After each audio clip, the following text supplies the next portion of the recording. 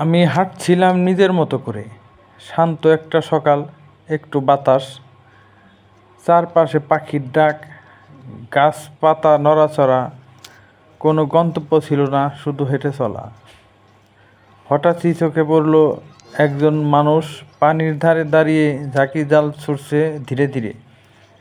জীবিকার টানে নীরবে চলছে তার সংগ্রাম।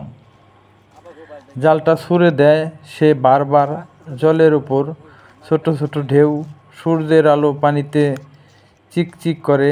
একটা জাল, তার ভিতর হাজারটা আশা।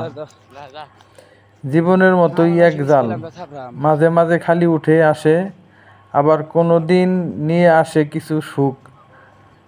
আজকের দিনে তার কপালে জুটেছে কয়েকটা মাছ।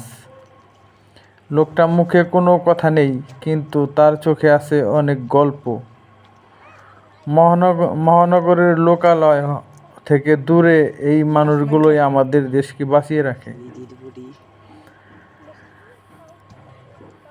আমি আবার হাঁটা শুরু করলাম, পেছনে ফেলে এলাম এক সাধারণ মানুষের অসাধারণ দৃশ্য।